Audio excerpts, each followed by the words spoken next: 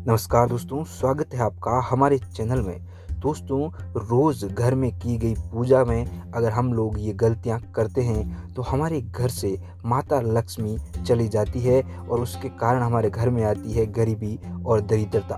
दोस्तों, आप इस वीडियो को पूरा और अंत तक ज़रूर देखें ताकि आपको इसका लाभ प्राप्त हो और इस वीडियो का अनादर भी नहीं हो। इस वीडियो को लाइक और शेयर करें, चैनल को सब्सक्राइब करके घंटी को ज़रूर दबाएँ।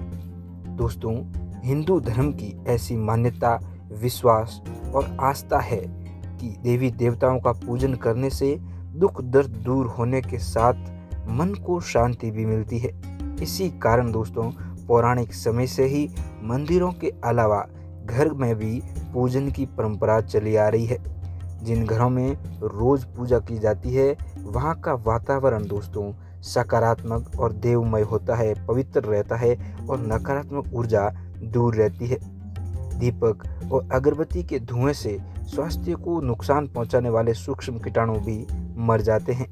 हिंदू धर्म में शास्त्रों के अनुसार पूजा करने के कुछ जरूरी नियम बताए गए हैं। अगर इन नियमों का पालन करते हुए घर में पूजा की जाए तो अच्छा फल मिलता है। माता महालक्ष्मी सहित सभी देवी देवताओं की कृपा बरसती है। दोस्तों, रोज पूजा करने से घर में शांति आती है, लेकिन पूजा पाठ करते वक्त आपको कुछ बातों का ध्यान रखना जरूरी होता है। पूजा के वक्त इन बातों को अगर आप नज़रअंदाज कर देते हैं दोस्तों, तो घर में दरिद्रता, बीमारी और अशांति आ सकती है। ऐसे में ज़रूरी है कि पूजा के वक्त इन बातों का ध्यान रखना चाहिए। तो दोस्तों, हम लोग जानें कि वो कौन सी गलतियां हैं जो कि हमें पूजा के दौरान नहीं करनी चाहिए। तो दोस्तों, आप इस वीडियो को अभी लाइक कर दें और कमेंट बॉक्स में जाकर जय श्री राम लिखकर भेज दें। सबसे पहली गलती है दोस्तों, मंदिर की दिशा का अवश्य ध्यान रखना चाहिए। सभी घरों में देवी देवताओं के लिए एक अलग स्थान होता है।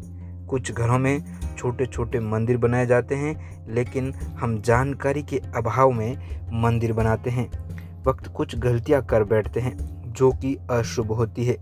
मंदिर के निर्माण के समय दिशा का ध्यान अवश्य ही रखना चाहिए। हमेशा उत्तर पूर्व दिशा में ही मंदिर को स्थापित करना चाहिए, क्योंकि माना जाता है कि ईश्वर का निवास इसी दिशा में होता है। घर में मंदिर कुछ ऐसे स्थापित किया जाना चाहिए ताकि ताज़ी हवा और सूरज की रोशनी पहुंचती हो। साथ ही दोस्तों, उत्तर और पूर्व दिशा में ही उसका मुख हो। जिन घरों में सूर्य की किरणों का प्रवेश होता है उन घरों में दोस्तों वैसे भी समाप्त हो जाता है। दोस्तों, दूसरी जो गलती है वो है मंदिर में भूल कर भी ऐसी वस्तुएं नहीं रखनी चाहिए जहां पर चमड़े से बनी हो। जी हाँ दोस्तों, घर में जिस स्थान पर मंदिर है वहाँ पर चमड़े से बनी चीज़ें, जूते चप्पल नहीं ले जाना चाहिए।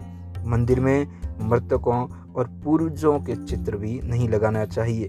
कई लोग क्या करते हैं कि अपने घर परिवार के पूर्वज जो होते हैं, जो मृतक है, उनके चित्र घर के मंदिर में लगा देते हैं। ऐसा करने से दोस्तों आपको पूजा का फल नहीं मिल पाता है और अपने पितरों और देवताओं की नाराज़गी झेलनी पड़ती है। दोस्तों, पितरों के फोटो जो होते हैं उनको अलग ही लगाने चाहिए। पूर्वजों के चित्र लगाने के लिए दक्षिण दिशा का क्षेत्र सही रहता है। घर में दक्षिण दिशा की दीवार पर मृतकों के चित्र लगाए जा सकते हैं, लेकिन मंदिर में नहीं रखना चाहिए और मंदिर के ऊपर या आसपास चमड़े से बनी वस्तुएं भी नहीं रखनी चाहिए। ये अपवित्र चीज़ें होती है। तीसरी गलती है दोस्तों, खंडित मूर्ति। शास्त्रों के अनुसार खंडित मूर्तियों की पूजा वर्जित है। जो भी मूर्ति खंडित हो जाती है उसे पूजा के स्थल से हटा देना चाहिए और किसी पवित्र बहती नदी में प्रवाहित कर देना चाहिए, और नहीं हो तो आप पीपल के वृक्ष के नीचे भी उसे रख सकते हैं। खंडित मूर्तियों की पूजा अशुभ मानी गई है और उसे अशुभ फल ही मिलता है। चौथी गलती है दोस्तों, मूर्तियों का मुख जो होता है वो खास ही ध्यान रखना चाहिए।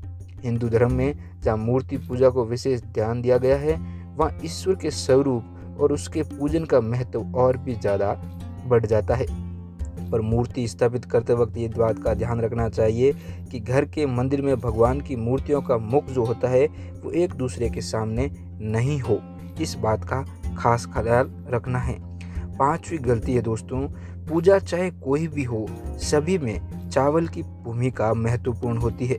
लेकिन ध्यान रहे, पूजा में जिन चावलों का आप प्रयोग करते हैं दोस्तों, उन चावलों में खंडित नहीं होना चाहिए, अर्थात टूटे हुए नहीं हो। चावल चढ़ाने से पहले अगर आप उन्हें हल्दी के घोल से पीला कर लेते हैं तो ये और भी शुभ रहता है।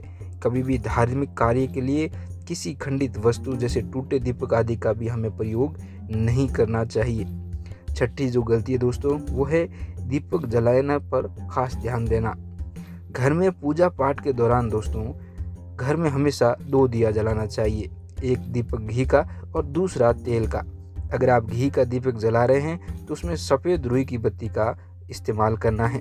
वहीं अगर आप तेल का दीपक जला रहे हैं तो लाल रंग की बत्ती सबसे उपयुक्त रहती है। साथ ही इस बात का भी ध्यान रखें कि पूजा के दौरान लगाया जाने वाला दीपक भगवान की मूर्ति के ठीक सामने हो। दीपक को किसी दूसरी दिशा या उधर उधर लगाना सही नहीं है। पूजा करते वक्त ये भी ध्यान रखना चाहिए कि पूजा के बीच में दीपक बुझना नहीं चाहिए। ऐसा होने पर पूजा का पूर्ण फल आपको प्राप्त नहीं होता है। 7वीं गलती है दोस्तों, पूजा के दौरान कभी भी दीपक से अगरबत्ती या धूप नहीं जलानी चाहिए। ऐसा करने से घर में दरिद्रता आती है। अगली गलती है दोस्तों, बांस से निर्मित अगरबत्ती हमें घर में पूजा में नहीं जलाना चाहिए। अगरबत्ती सिर्फ खुशबू के लिए भी नहीं जलानी चाहिए। अगर अगरबत्ती का सही चुनाव नहीं किया गया तो घर में गरीबी आ सकती है। अगली गलती है दोस्तों, फूंक मारकर माचिस की तिल्ली को कभी नहीं बुझाएं। पूजा के वक्त धूप, दीप और अगरबत्ती जलाने के बाद माचिस की तीली जो होती है वो फूंक मारकर कभी नहीं बुझानी चाहिए। माना जाता है ऐसा करने से घर में लक्ष्मी दूर हो जाती है और घर में दरिद्रता आती है। सबसे अंत में है दोस्तों कि आरती। दोस्तों, जब भी हम लोग पूजा कर रहे होते हैं तो उसमें आरती का विशेष ख्याल रखना चाहिए।